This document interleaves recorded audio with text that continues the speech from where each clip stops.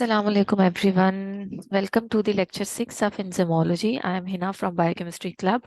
I hope कि Enzymology में जो previous 5 lectures हैं आप सबने वो सुने होंगे और उससे Enzymology के जो core concepts हैं वो काफ़ी हद तक आपके clear हुए होंगे. In case आप लोगों की कोई queries हैं या आप उसमें मज़ीद कुछ डिटेल में समझना चाहते हैं तो प्लीज़ कमेंट सेक्शन में ज़रूर मेंशन कीजिएगा ताकि मैं उन कंटेंट्स पे मज़ीद एक्सटेंसिव वीडियोस जो हैं वो आप लोगों के साथ शेयर करूँ.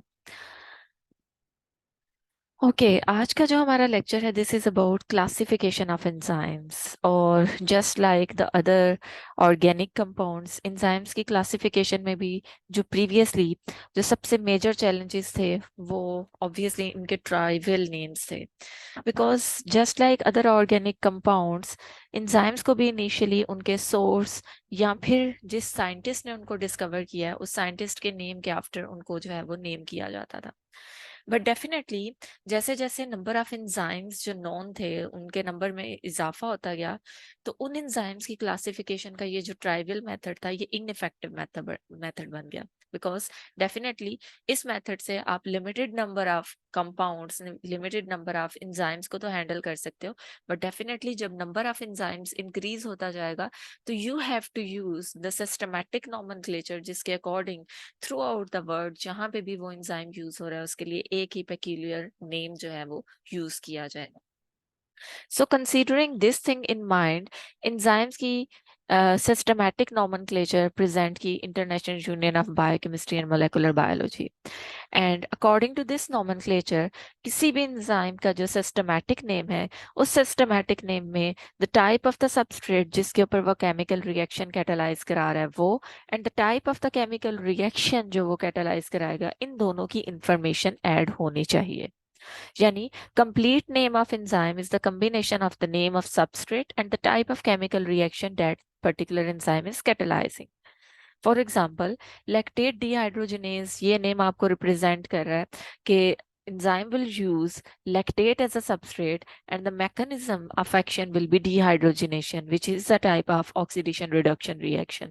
Okay, so this is a type of आप समझ लें कि more systematic nomenclature जिसके थ्रू आप substrate और type of chemical reaction जो enzyme catalyze करवा रहा है उसके बारे में कुछ हद तक आपको information जो है वो मिल रही है. ओके नाउ एंजाइम्स को उसके केमिकल रिएक्शन की बेस पे International Union of Biochemistry and Molecular Biology ने 6 डिफरेंट कैटेगरीज 6 डिफरेंट क्लासेस में डिवाइड किया. सो इन क्लासेस में अगर आप देखें तो the very first class is oxidoreductase. Now we have millions of enzymes लेकिन वो सारे एंजाइम्स कहीं ना कहीं इन 6 क्लासेस में फॉल करेंगे. लाइक अगर आपका एक एंजाइम जो है वो ऑक्सीडेशन रिडक्शन रिएक्शन कैटालाइज करवा रहा है तो हमेशा आप उसकी जब क्लास इंफॉर्मेशन की तरफ जाएंगे तो वो क्लास 1 से बिलोंग करेगा बिकॉज क्लास 1 के अंदर हम सारे के सारे उन एंजाइम्स को क्लासिफाई करने जा रहे हैं which are going to catalyse oxidation and reduction reactions. ठीक है but definitely we all know कि ऑक्सीडेशन एंड रिडक्शन इनके डिफरेंट मैकेनिज्म्स हैं. अगर आपके पास एक स्पीशी ऑक्सीडाइज हो रही है तो इट मीन्स कि उसमें ऑक्सीजन ऐड हो सकती है. ऑक्सीजन का एक एटम ऐड हो सकता है पूरा मॉलिक्यूलर ऑक्सीजन ऐड हो सकती है. इसी तरह से अगर आपकी एक स्पीशी ऑक्सीडाइज हो रही है तो वहां से इलेक्ट्रॉन्स का रिमूवल हो सकता है. Electrons in the form of hydrogen भी रिमूव हो सकते हैं यानी electrons along with protons. It means कि oxidoreductases में भी we have different subtypes.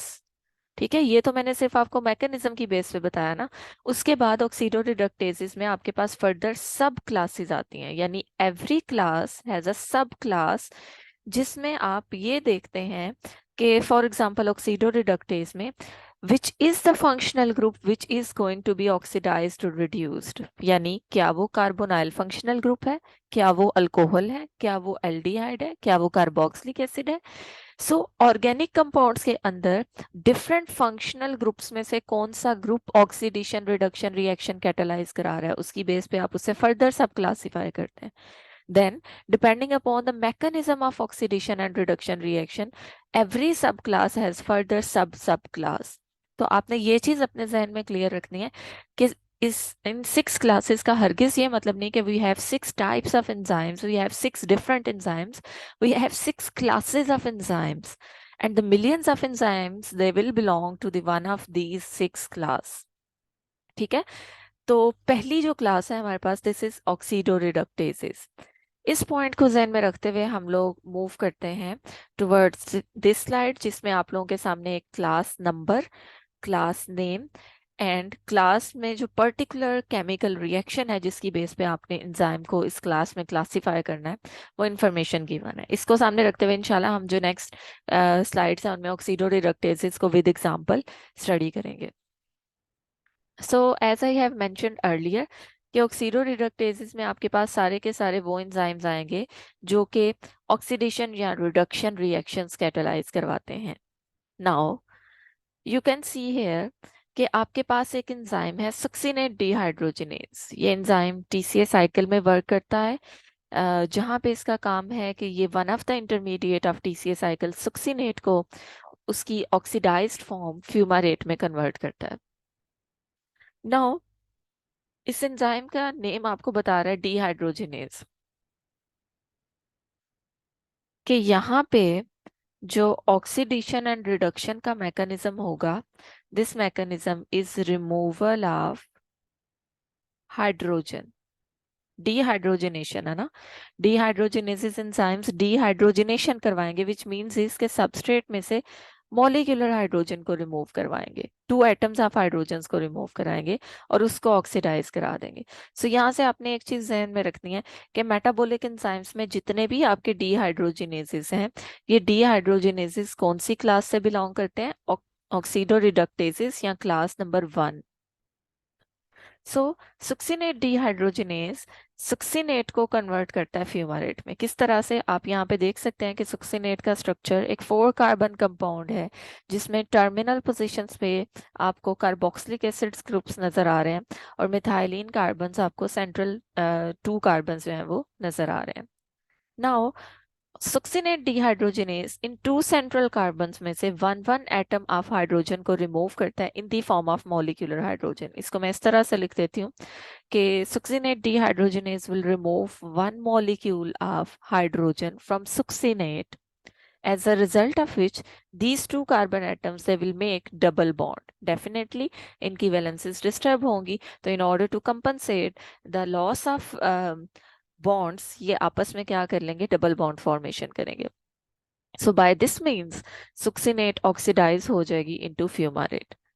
सो यहाँ पे आप ऑक्सीडेशन रिएक्शन ऑब्जर्व कर रहे हैं, लेकिन keep this thing in your mind clear कि आपके पास जहाँ पे भी ऑक्सीडेशन रिएक्शन हो रहा है, this reaction will be coupled with reduction reaction, यानी ऑक्सीडेशन एंड रिडक्शन रिएक्शंस को साइड बाय साइड। कभी भी ऐसा नहीं होता कि एक स्पीशी इलेक्ट्रॉन रिलीज कर रही है और उसकी क्लोज विसिनिटी में कोई ऐसी स्पीशी ना हो जो इलेक्ट्रॉन पिक ना करे। हमेशा एक स्पीशी इलेक्ट्रॉन तभी रिलीज करेगी जब कोई दूसरी स्पीशी उसे आके फोर्स करेगी कि उसकी इलेक्ट्रॉन के लिए एफिनिटी, इलेक्ट्रॉन को विदड्रॉ करने की एबिलिटी उसकी निस्बत ज्यादा है, तभी उस स्ट्रॉन्ग स्पीशी के इन्फ्लुएंस में आपकी प्रीवियस स्पीशी जो है वो इलेक्ट्रॉन रिलीज करेगी। अदरवाइज वो इलेक्ट्रॉन रिलीज नहीं करेगी, ऑक्सीडाइज नहीं होगी। ठीक है, सो जब भी आप कहीं पे ऑक्सीडेशन देख रहे हैं, इट मींस कि this reaction is coupled with reduction, क्योंकि ये दोनों रिएक्शन साइमल्टेनियसली होते हैं। Now in this case oxidation of succinate into the fumarate is coupled with reduction of FAD into the FADH2। यहाँ पे FADH2 है, यानी succinate dehydrogenase के अपने स्ट्रक्चर के अंदर ही there is a prosthetic group FAD, और जब सुक्सिनेट फ्यूमारेट में कन्वर्ट होता है, इस दौरान जो मॉलिक्यूलर हाइड्रोजन रिलीज होती है, this prosthetic group will pick this molecular hydrogen और अपने आप को रिड्यूस कर लेता है इनटू द FADH2। यानी इस प्रोसीजर के दौरान, इस ऑक्सीडेशन के दौरान, 1 molecule of FAD is being reduced into FADH2। So oxidation and reduction. और एंजाइम कौन सी क्लास से बिलोंग करेगा? ऑक्सीडोरिडक्टेज। इस एंजाइम की सेकंड एग्जांपल आप देख सकते हैं। इस एंजाइम क्लास में जो सेकंड एग्जांपल है, this is lactate dehydrogenase. Again this is a dehydrogenase, तो मैकेनिज्म वही होगा कि ये सबस्ट्रेट में से मॉलिक्यूलर हाइड्रोजन को रिमूव कराएगा और इसे कोएंजाइम या फिर प्रोस्थेटिक ग्रुप को ट्रांसफर करके उसको रिड्यूस कर देगा। या रिएक्शन वाइस वर्सा भी हो सकता है कि समटाइम्स रिवर्स रिएक्शन जब होता है तो उस केस में कोएंजाइम या प्रोस्थेटिक ग्रुप से रिड्यूसिंग इक्विवेलेंट्स लेके ये सबस्ट्रेट को रिड्यूस भी कर सकता है। यानी पिछले केस में अगर आपसे कहा जाए कि तो this reaction could be reverse, जिसमें FADH2 रिड्यूसिंग इक्विवेलेंट्स प्रोवाइड करेगा, ऑक्सीडाइज हो जाएगा और फ्यूमारेट रिड्यूस होके किसमें कन्वर्ट हो जाएगा, सुक्सिनेट में। तो ये दोनों तरह के रिएक्शंस कैटेलाइज करा सकते हैं, but definitely reaction type will be oxidation and reduction, और उसमें इन्वॉल्वमेंट किसकी होगी, मॉलिक्यूलर हाइड्रोजन की। Okay, now the second example is lactate dehydrogenase. Here you can see the structure of lactate, this one.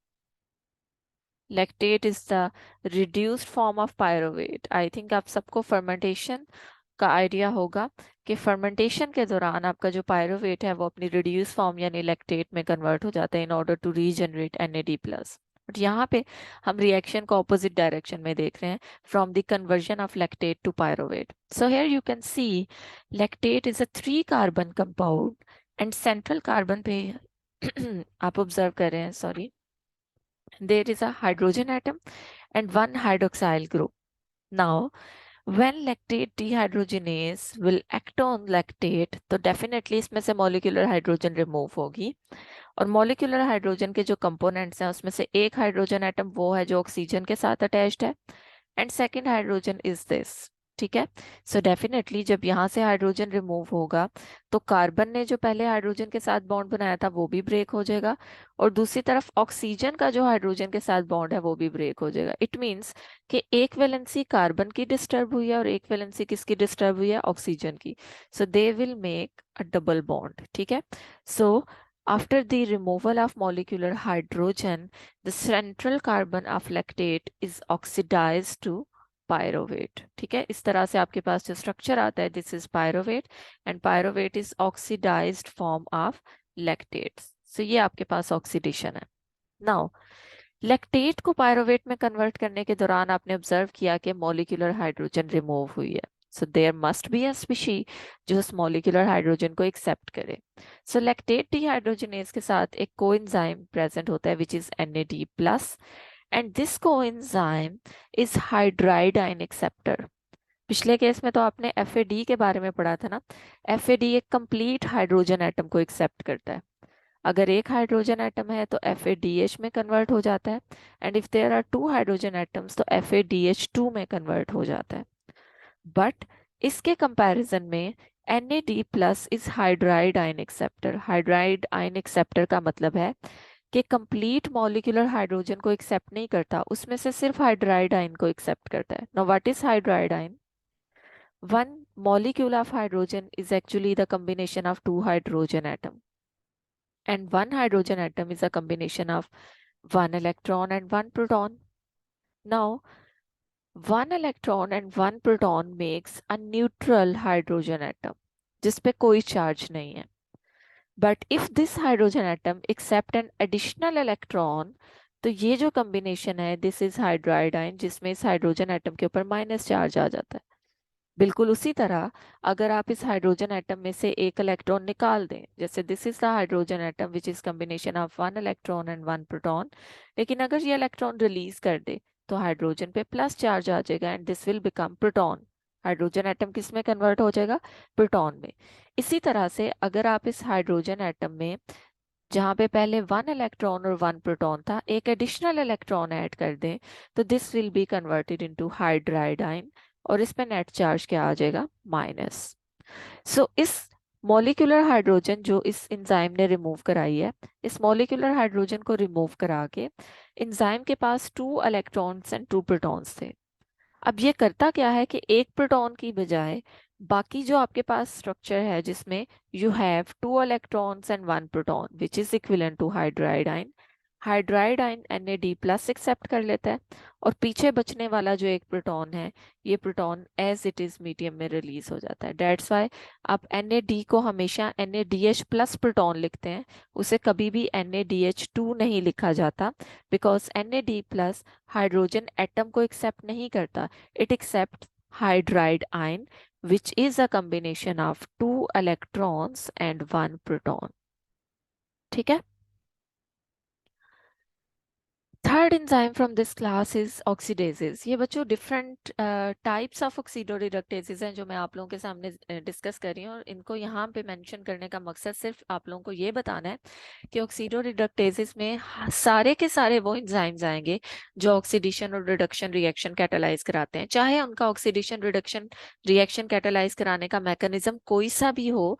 अगर वो ऑक्सीडेशन रिडक्शन रिएक्शन कैटालाइज करा रहे हैं तो they belongs to the class 1 which is ऑक्सीडोरिडक्टेसेस।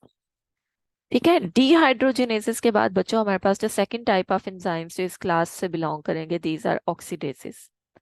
अब ऑक्सीडेसिस और डिहाइड्रोजिनेसिस में डिफरेंस आप लोगों ने यहाँ पे क्लियर करना है। डिहाइड्रोजिनेसिस एंजाइम्स सबस्ट्रेट में से मॉलिक्यूलर हाइड्रोजन रिमूव कराते थे, ये भी सबस्ट्रेट में से मॉलिक्यूलर हाइड्रोजन रिमूव कराएंगे, बट डिहाइड्रोजिनेसिस के केस में आपने देखा कि उन एंजाइम्स के पास या तो FAD या NAD as a cofactor present होते थे, जो उन मॉलिक्यूलर हाइड्रोजन को एक्सेप्ट करने के बाद अपनी रिड्यूस्ड फॉर्म FADH2 या NADH में कन्वर्ट होते थे। बट ऑक्सीडेसिस आर दोज एंजाइम्स जो कि सबस्ट्रेट में से मॉलिक्यूलर हाइड्रोजन रिमूव कराते हैं और उस मॉलिक्यूलर हाइड्रोजन को ट्रांसफर कर देते हैं किसको, वो सॉरी ऑक्सीजन के एटम को, ऑक्सीजन के मॉलिक्यूल को, सॉरी।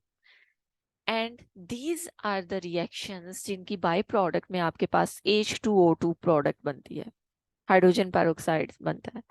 यानी if we have enzyme ascorbic acid oxidase, तो ये एंजाइम क्या करता है, एस्कॉर्बिक एसिड में से मॉलिक्यूलर हाइड्रोजन रिमूव करता है, यानी उसको ऑक्सीडाइज करता है और उसे कन्वर्ट करता है डिहाइड्रो एस्कॉर्बिक एसिड, यानी मॉलिक्यूलर हाइड्रोजन रिमूव करने के बाद उसकी ऑक्सीडाइज फॉर्म में कन्वर्ट करता है।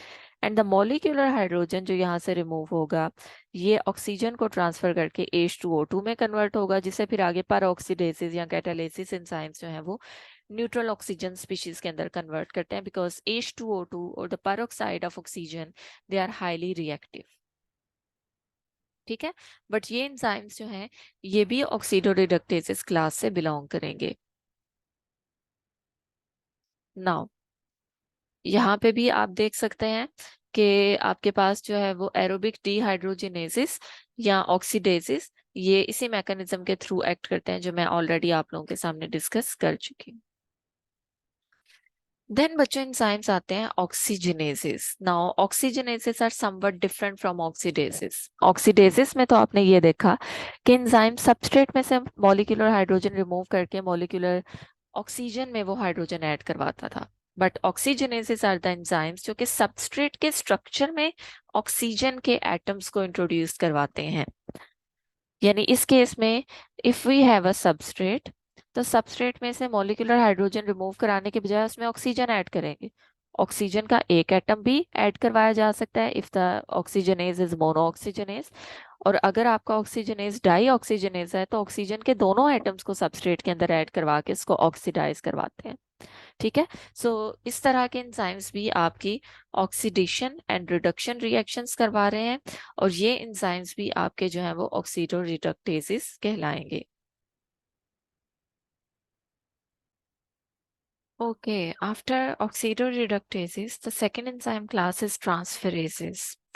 ट्रांसफरेसेस में आपके सारे वो एंजाइम्स आएंगे जो कि किसी पर्टिकुलर ग्रुप का ट्रांसफर करवाते हैं from a donor to acceptor. It means कि आपने ये चीज अपने जहन में रखनी है कि यहाँ पे फंक्शनल ग्रुप का ट्रांसफर होगा बिटवीन मॉलिक्यूल, यानी there must be a molecule जो कि अपने फंक्शनल ग्रुप को डोनेट करेगा, और there is a second molecule जो कि उस फंक्शनल ग्रुप को क्या करेगा, एक्सेप्ट करेगा। सो डोनर एंड एक्सेप्टर का होना जरूरी है। सो इट मीन्स कि there is a transfer of functional group between two molecules, because इसके बाद हम with in the same molecule भी ट्रांसफर देखेंगे, तो आप लोगों को पता होना चाहिए कि whenever there is a transfer of functional group between two molecule तो enzyme class will be transferases.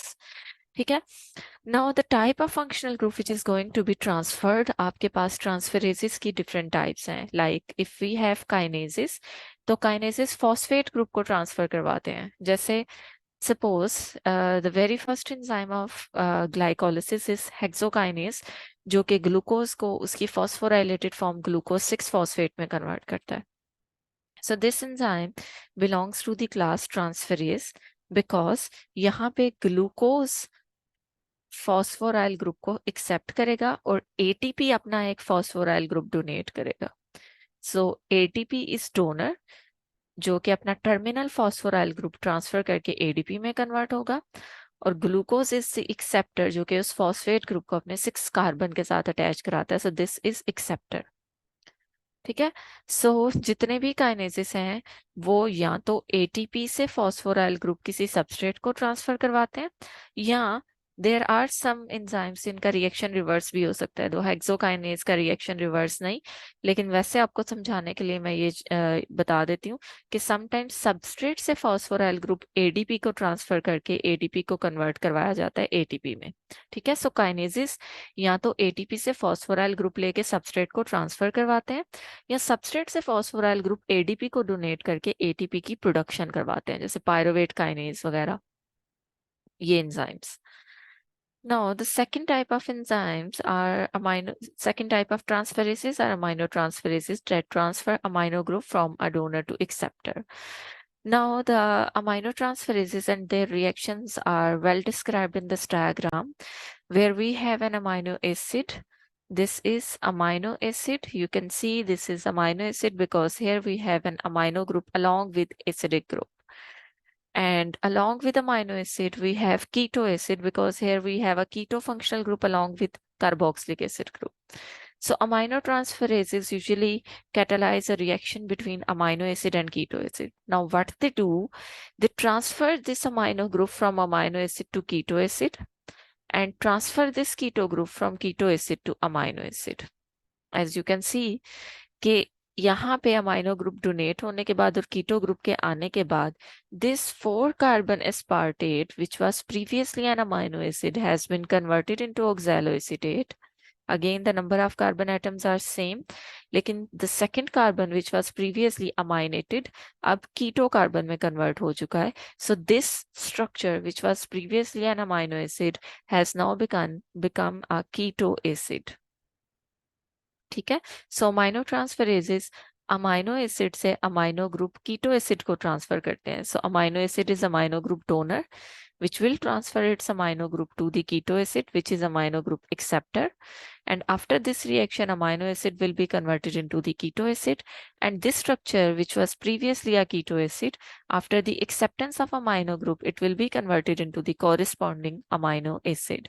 As you can see, the total number of carbon atoms here are 5. But now this keto acid, alpha ketoglutarate, has now been converted into the glutamate, which is an amino acid. सो यहाँ से आप लोगों का एक और concept भी clear होता है. The non essential amino acids आपने पढ़ा होगा कि there are certain amino acids, इनको अगर आप अपनी डाइट में नहीं भी लेते तो your body can produce those amino acids from some precursors. So here you can see that if glutamate is not the part of your diet, your body can convert alpha ketoglutarate, one of the intermediate of TCA cycle, into the glutamate through this aminotransferase reaction. ठीक है. सो इस तरह से आपकी body जो है वो TCA cycle के इंटरमीडिएट्स को as a starting material use करते हुए कुछ नॉन एसेंशियल अमाइनो एसिड्स की प्रोडक्शन कर सकती है. Now the third type of transferase is acyl transferase. ये वो एंजाइम्स हैं जो कि फैटी एसाइल ग्रुप को ट्रांसफर करेंगे again from a donor to acceptor. And the fourth one is glycosyl transferase. It means depending upon the type of group which is going to be transferred, transferases की भी further classes, subclasses होंगी. ठीक है. So the second class is transferase, but transferase has further subclasses. Transferase के बाद जो हमारे पास class 3 आएगी. Now the third class is hydrolases. Hydrolysis में बच्चे आपके पास वो सारे के सारे एंजाइम्स आएंगे जो कि किसी पर्टिकुलर बॉन्ड को ब्रेक करने के लिए वाटर मॉलिक्यूल यूज करते हैं। Now most of the biomolecule, for example यहाँ पे अगर मैं दो अमाइनो एसिड के दरमियान पेप्टाइड बॉन्ड फॉर्मेशन की बात करती हूँ, तो suppose this is the structure of a dipeptide.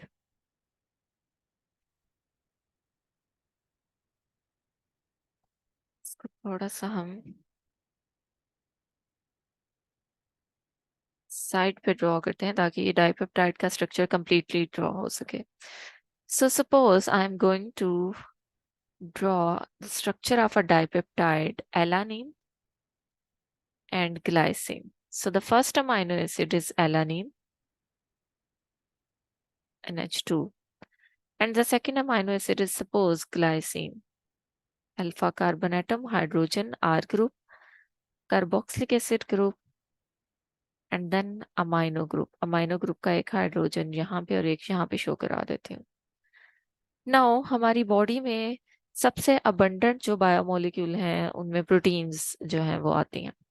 And we know कि proteins are made up of amino acids, और अमाइनो एसिड्स प्रोटीन्स में कन्वर्ट होने के लिए आपस में पेप्टाइड बॉन्ड फॉर्मेशन करते हैं। नाउ एक प्रोटीन के अंदर 100 even thousands of amino acids हैं जो पेप्टाइड बॉन्ड के थ्रू लिंक्ड हैं।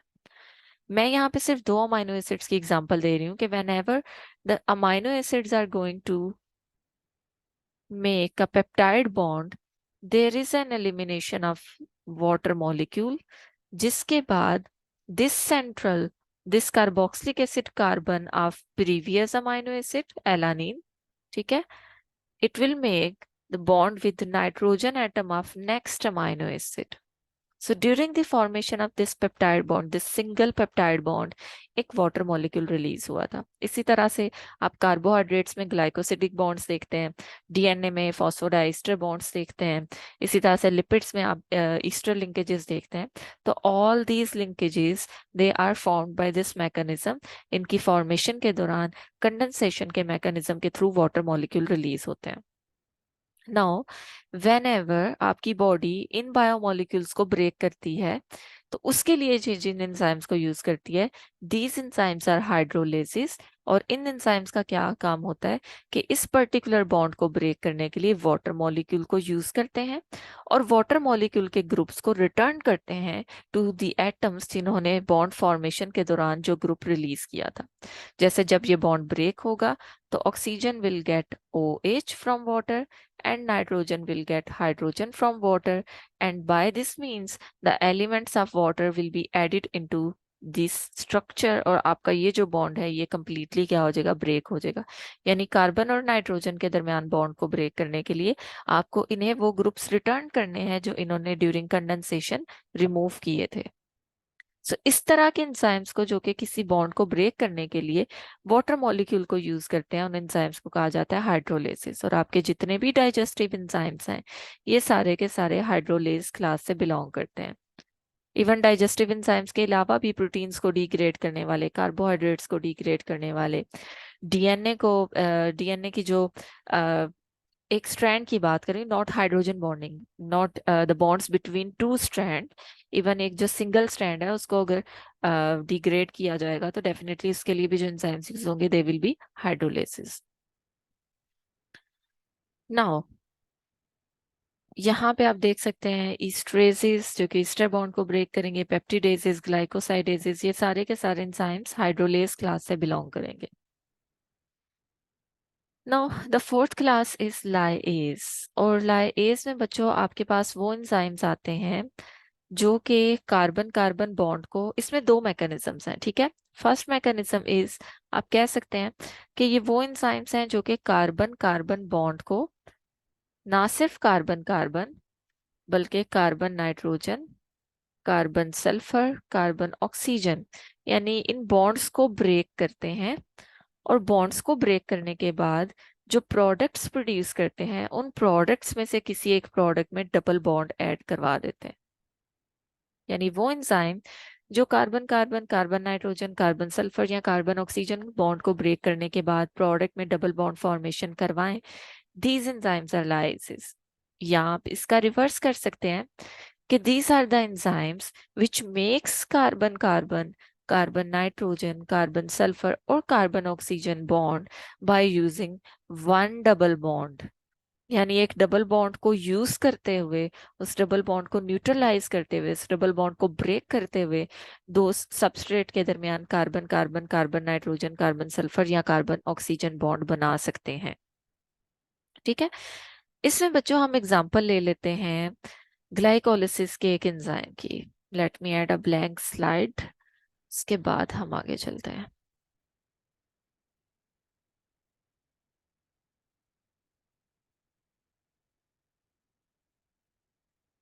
यस, इसमें हम एग्जांपल ले लेते हैं ग्लाइकोलिसिस के एक एंजाइम की। आप लोगों को अंदाजा होगा कि ग्लाइकोलिसिस में हमारे पास एक ऐसा एंजाइम है जो कि स्टार्टिंग जो 6 कार्बन कंपाउंड है उसको ब्रेक करके 2 3 कार्बन कंपाउंड्स प्रोड्यूस करता है। ठीक है, सो यहाँ पे हमारे पास product is fructose, sorry substrate is fructose 1,6 bisphosphate.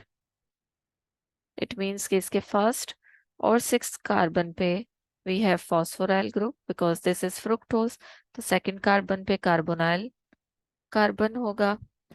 Third पे ओरिएंटेशन डिफरेंट होगी from fourth and fifth carbon, and this is the structure of fructose 1,6 bisphosphate. Now the enzyme is aldolase, जिसका काम क्या है कि कार्बन 3 और कार्बन 4 के दरमियान ये जो बॉन्ड है उसे ब्रेक करना है। एक्चुअली आप मेटाबॉलिक रिएक्शंस में ऑब्जर्व करेंगे कि मोस्टली जिन स्पीशीज में कार्बन कार्बन बॉन्ड ब्रेक होता है या carbon oxygen carbon sulphur bond break होता है, उससे पिछला बॉन्ड हमेशा कार्बोनाइल फंक्शनल ग्रुप ने ऑक्युपाई किया होता है, यानी पिछला ग्रुप कार्बोनाइल फंक्शनल ग्रुप होगा। So actually carbonyl functional group की इलेक्ट्रॉन विदड्रॉइंग इफेक्ट की वजह से आपके जो एडजेसेंट बॉन्ड्स हैं वो कंपैरेटिवली वीक हो जाते हैं, because oxygen atom is partial negatively charged. ये इस कार्बन एटम में से मेजर इलेक्ट्रॉनिक क्लाउड को अपनी तरफ खींच लेती है, जिसके बाद इस कार्बन का बॉन्ड जो है वो इस कार्बन से वीक हो जाएगा, and the adjacent bond between the 2 carbon atoms वो उससे भी ज्यादा वीक हो जाएगा। सो नाउ जब एंजाइम एल्डोलेज यहाँ पे आएगा तो सबसे सूटेबल बॉन्ड जो उसको लगता है कि जो ब्रेक हो सकता है, this is the bond which is adjacent to the carbonyl functional group. यही वजह है कि ग्लाइकोलिसिस में ग्लूकोज को फ्रुक्टोज में कन्वर्ट किया जाता है ताकि आपका फंक्शनल ग्रुप जो है वो सेकंड कार्बन पे आ जाए, ताकि आपकी जब प्रोडक्ट की क्लीवेज हो तो वो बिटवीन 3 और 4 कार्बन हो, ताकि एंड पे आपके पास 2 3 कार्बन कंपाउंड्स बन सकें। अदरवाइज अगर ये फर्स्ट कार्बन पे रहता है इन केस ऑफ ग्लूकोज, तो bond between second and third carbon break होना था, जिसकी वजह से आपके पास एक 2 कार्बन कंपाउंड और एक 4 कार्बन कंपाउंड आ जाना था, जिसको पे ऑफ फेज में फर्दर यूज करना इम्पॉसिबल होना था। So the enzyme is aldolase which will break the bond between carbon number 3 and carbon number 4। ठीक है, अभी मैं इसका ये वाला रिएक्शन शो करवा रही हूँ। Now when this enzyme aldolase will break the bond between carbon number 3 and carbon number 4, we will get such type of structures। ठीक है, कार्बन 3 को मैंने सेपरेट कर दिया, obviously carbon number 1 as it is रहेगा, कार्बन नंबर 2 भी as it is रहेगा, but carbon 3 की वैलेंसी डिस्टर्ब हो चुकी है। मैं यहाँ पे स्टार लगा देती हूँ बिकॉज एक बॉन्ड इसका ब्रेक हो गया। सिमिलरली यहाँ पे जो कार्बन 4 5 और 6 ब्रेक हुए हैं to produce the second 3 carbon compound, इसमें भी अगर आप नोट करें तो बाकी कार्बन्स की वैलेंसी कंप्लीट है, but the very first carbon is not satisfied. ठीक है, इसकी वैलेंसी सेटिस्फाइड नहीं है। So in order to solve this problem आपका ये स्ट्रक्चर क्या करता है, अपने इस हाइड्रोजन को रिलीज करता है।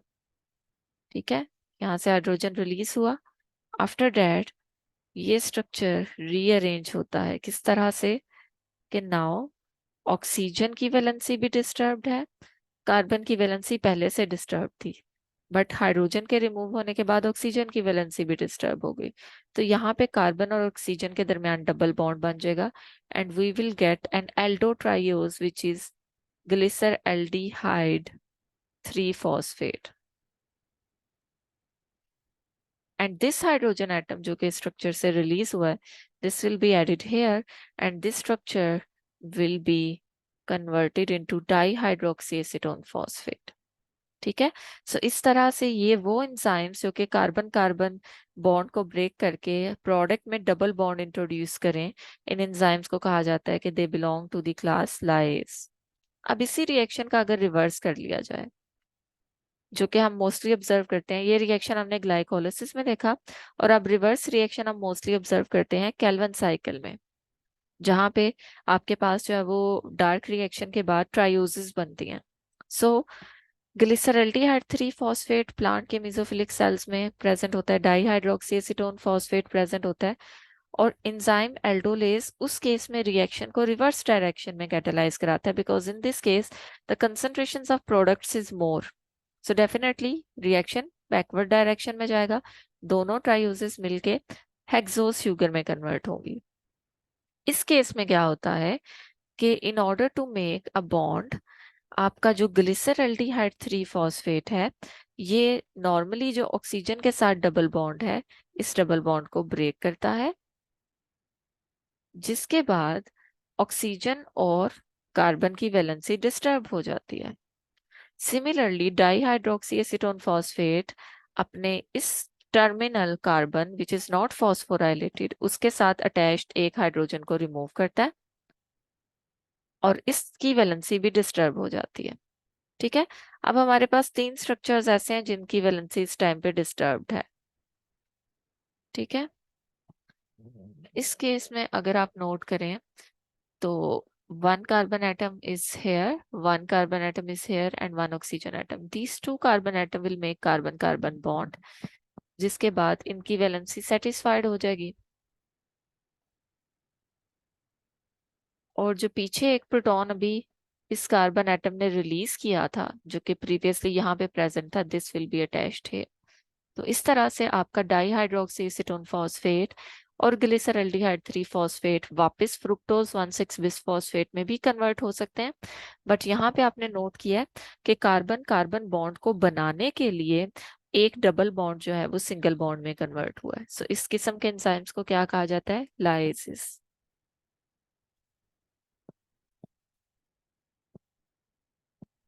आप यहाँ से देख सकते हैं cleavage of carbon carbon, carbon oxygen, carbon nitrogen और अदर बॉन्ड्स बाय एलिमिनेशन और लीविंग अ डबल बॉन्ड और रिंग, और addition of groups to double bond. या तो डबल बॉन्ड को ब्रेक करके इन बॉन्ड्स को क्लीव करेंगे, या फिर डबल बॉन्ड में इन ग्रुप्स को ऐड करके न्यू बॉन्ड फॉर्मेशन की जो है वो स्ट्रेटेजी अडॉप्ट करेंगे ये enzymes. Now the fifth class of enzyme is आइसोमेरेसिस।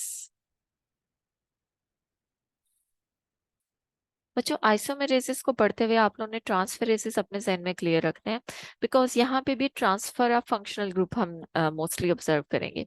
But the basic difference here is के प्रीवियस केस में ट्रांसफेरेसिस में जैसे मैंने पहले मेंशन किया था कि वहां पे ट्रांसफर है फंक्शनल ग्रुप्स का between two molecules, one molecule is donor and second molecule is acceptor. But isomerases में आपका जो ट्रांसफर हो रहा है वो with in the same molecule हो रहा है। जैसे यहाँ पे आप देख सकते हैं कि आप लोगों के सामने अगेन वही दो शुगर्स हैं, dihydroxy acetone phosphate and glyceraldehyde 3 phosphate. ये दोनों ट्रायोसिस हैं। वन इज एल्डो ट्रायोस जिसमें एल्डिहाइड फंक्शनल ग्रुप है, and second is keto triose जिसमें कीटो फंक्शनल ग्रुप है। आई होप कि ट्रायोसिस का आपको पता होगा। ट्रायोसिस आर कार्बोहाइड्रेट्स जिनमें total number of carbon atoms कितने हैं? 3। So carbohydrates are polyhydroxy aldehydes and ketones which means इसके इनमें या तो एल्डिहाइड फंक्शनल ग्रुप हो सकता है या कीटो फंक्शनल ग्रुप हो सकता है। तो यहाँ पे जो आपके पास ट्रायोस है, this is keto triose, keto triose because इसमें नंबर ऑफ कार्बन एटम्स 3 हैं और फंक्शनल ग्रुप कीटो है। And this one is aldo triose because यहाँ पे total number of carbon atoms 3 हैं और फंक्शनल ग्रुप क्या है? एल्डिहाइड। नाउ आइसोमेरेसिस ऐसे एंजाइम्स होते हैं जो कि फंक्शनल ग्रुप को एक पोजीशन से उठा के दूसरे पोजीशन पे ट्रांसफर कर देते हैं with in the same structure. जैसे this is the structure of glyceraldehyde 3 phosphate, और if we have an enzyme isomerase तो वो सिर्फ इस फंक्शनल ग्रुप को उठा के फर्स्ट कार्बन से कहाँ पे शिफ्ट कर देगा? सेकंड कार्बन पे। अगर आप इन दोनों स्ट्रक्चर्स के मॉलिक्यूलर फॉर्मूलाज को ऑब्जर्व करें तो total number of carbon atom इस स्ट्रक्चर में 3 है, यहाँ पे भी 3 है। Total number of hydrogen atom अगर आप इस स्ट्रक्चर में नोट करें तो 5 है, यहाँ पे भी आपको 5 नजर आएंगे। Total number of oxygen atoms अगर आप इस स्ट्रक्चर के अंदर ऑब्जर्व करते हैं तो यहाँ पे आपको 3 ऑक्सीजन नजर आ रहे हैं, एंड अगेन यहाँ पे भी 3 ऑक्सीजन है। सिमिलरली अगर आप फॉस्फेट की बात करते हैं तो फॉस्फेट एक एक एटम, ठीक है। मैं obviously oxygen atoms which are attach with phosphate उनको यहाँ पे भी कंसीडर नहीं करी, बट आप लोगों को एक रफ सा आइडिया ये दे रही हूँ कि आइसोमेरेजेस ऐसे एंजाइम्स होते हैं जो कि एक स्ट्रक्चर में से फंक्शनल ग्रुप को एक पोजीशन से उठा के दूसरी पोजीशन पे ट्रांसफर करते हैं, यानी एक स्ट्रक्चर को उसके आइसोमर में कन्वर्ट करते हैं। Now the two structures they have same molecular formula, सिर्फ इनकी स्ट्रक्चरल रिप्रेजेंटेशन जो है वो एक दूसरे से मुख्तलिफ होगी। जैसे फॉस्फोहेक्सोज आइसोमेरेज जो कि ग्लूकोज को फ्रुक्टोज में कन्वर्ट करता है। अगर आप देखें तो आपके पास ग्लूकोज के स्ट्रक्चर में total number of carbon atoms कितने हैं? 6। इसी तरह से अगर आप फ्रुक्टोज का स्ट्रक्चर देखें, इसमें भी total number of carbon atoms कितने हैं? 6। लेकिन फर्क सिर्फ इतना है कि फ्रुक्टोज में फंक्शनल ग्रुप सेकंड कार्बन पे है, कीटो शुगर है, और ग्लूकोज में फंक्शनल ग्रुप कहाँ पे है? फर्स्ट कार्बन पे है, एल्डो शुगर है। बाकी अगर हम स्ट्रक्चर यहाँ पे मैं ड्रॉ कर देती हूँ, ग्लूकोज का स्ट्रक्चर कंपेयर कर देते हैं फ्रुक्टोज के स्ट्रक्चर के साथ, तो आप बाकी पोजीशंस के ऊपर अगर नोट करें, नाउ दिस कार्बन एटम एक बॉन्ड यहाँ पे है, सेकंड बॉन्ड यहाँ पे है, एक एक पोजीशन पे आपको ये पता ना, because these are polyhydroxy aldehydes, तो हर कार्बन एटम के साथ एक एक हाइड्रोक्साइल ग्रुप जरूर अटैच्ड होता है, and the remaining valencies of carbon atoms are satisfied by hydrogen atoms. So this is the structure of fructose and this is the structure of glucose. और enzyme जो glucose को fructose में या fructose को glucose में convert करता है, इस एंजाइम को कहा जाता है फॉस्फोहेक्सोज आइसोमेरेज, ठीक है। और अगर आप इनके मॉलिक्यूलर फॉर्मूलाज देखें, C6H12O6 and again 1 2 3 4 5 6 C6 1 2 3 4 5 6 7 8 9 10 11 12 H12 and O6, yani both the compounds they have same molecular formula but their structural representation is different. So glucose and fructose are isomers and enzymes जो कि इनको एक दूसरे में convert करते हैं, isomeric form produce करते हैं, these are isomerases. Now there are some isomerases जिनको mutases भी कहा जाता है। म्यूटेसिस में बच्चों वो एंजाइम्स आएंगे जो कि मेजर फंक्शनल ग्रुप के अलावा किसी और ग्रुप को ट्रांसफर करवाते हैं। जैसे यहाँ पे अगर आप नोट करें तो again we are considering one of the reaction of glycolysis where 3 phosphoglycerate is being converted into the 2 phosphoglycerate.